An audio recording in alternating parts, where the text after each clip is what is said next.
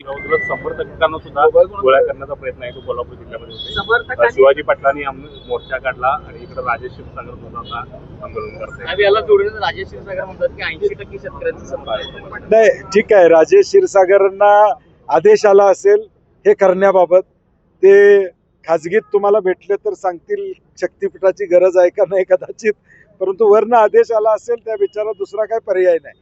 परंतु 7/12 उतारे मग हरकती एवढ्या का आल्या?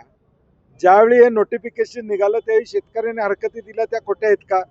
हजारो हरकती शेतकऱ्यांनी दिल्या त्या खोट्या आहेत का? आणि म्हणून मला वाटते त्यांच्यावर शिवाजी पाटील असू देत किंवा राजेश क्षीरसागर असेल, यांच्या डोक्यावर बंदूक आहे की हे करा, आंदोलन करा, पाठिंबा द्या. ते म्हणून मला वाटतं की त्यांनी नीट माहिती घ्यावी की शेतकरी किती त्यामध्ये आहे. आता हसन मुश्रीफ बोलतात